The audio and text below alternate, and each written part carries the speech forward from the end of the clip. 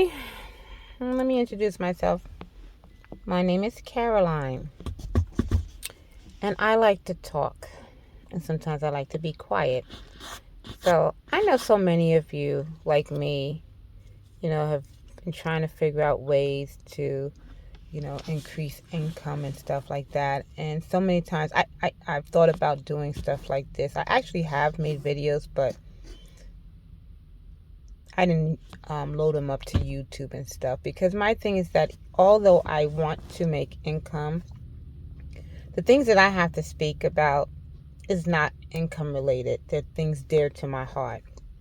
Things that I'm not interested in making a profit out of.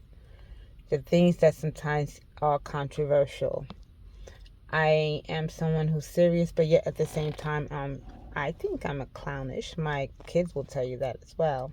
So let's see where this YouTube channel goes. Let's see if you guys continue to follow me.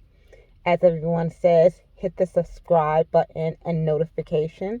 Let's see where it goes, because I would really love to be able to impart some nuggets from God while I'm still learning things in my life, because obviously we're all going to continue to learn different things, and hopefully in ways that we learn to not continue some of those some mistakes.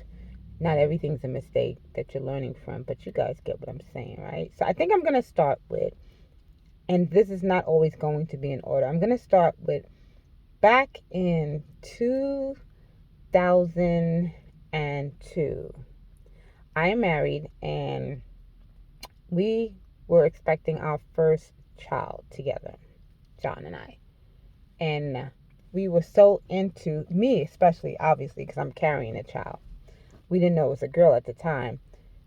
I'm so into natural things, and I wanted a home birth. So we had everything set up, seeing a midwife and stuff like that, going to the area, to the location where we would give birth to the baby. And then when we turned 5 months pregnant, we were told that it's time for our first sonogram, right? Now I have 3 children. So anyhow, so we went for our sonogram, and we went to a hospital nearby because the midwife don't have those type of machines to do that. And we went there, and then it was taking the tech too long to like figure stuff out. Like, we could see the baby moving. We couldn't see what the baby was, a girl or boy. We didn't know. And in that appointment, we did find out there's a girl. And after a while, she brought in a doctor, and she was like, my cervix is too short. And so that means when your cervix is short, it should only be short when it's time to give birth, from what I was told. And because of that, the doctor said to me, oh my gosh, I was so mad. I wanted to punch her. I wanted to beat her. She was so cold because what they did, they put me in now another room, a hospital, a bed, a room, with a bed. And John was there with me, and there was 2 doctors. And this female doctor was like, you're going to lose the baby. You should have seen the way she said it. But you know what my response was? I don't even think I got angry. I immediately said, no, I'm not. And I think I said, in the name of Jesus. But I said it in such a confident way, with peace in my heart. Because I wasn't going to let this woman, who's not God, speak death over my child. Right? So we stayed over that night, and then we were given instructions that I have to be on bed rest and stuff like that until, I guess until the birth of our daughter. Her name is Naomi. So John and I stayed in good spirits. When the next day came, we left the hospital, got on the subway train, and from then on, for months, all the way to, I believe, 7 months or 8 months, I was on bed rest. And John was really good with leaving in the morning and always having food for me. Like, we had thermoses and stuff, so he would make sure I had my breakfast and my lunch, dinner. He would get home to do that and stuff. And our bathroom was right next to the bed, so that's the only time I needed to get up to go to the bathroom, to take a shower, stuff like that. But I stayed off. And I stayed in good spirit for the majority of the time. But, there were times that the nervousness, concern was there.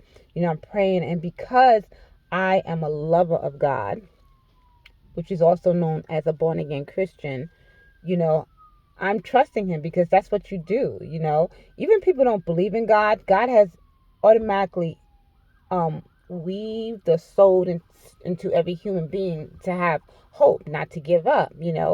And so I stayed on that, but being human, it's always not that easy, because even you think about Jesus when he was on the cross, and he said, my God, why have you forsaken me? So he was human at that time, and so that's why we feel those same things. So, just stayed on bed rest for all that time, got to, eat and do my best to trust God and stuff like that. It was hard, like I said, but it was still worth doing whatever to make sure that she didn't come out before time. And now that it is 5 minutes and 46 seconds into this video, I'm going to cut it short, especially because I'm on my lunch break and I need to stop. But I'm going to continue. This will be tape 1 of, the whole journey of Naomi and everything that transpired, even in the hardships and things like that. So make today a good day. Even when you're feeling down, I want you to do your best to look up. Even through the tears, I want you to breathe, and I want you to say, God, hold me. Just hold me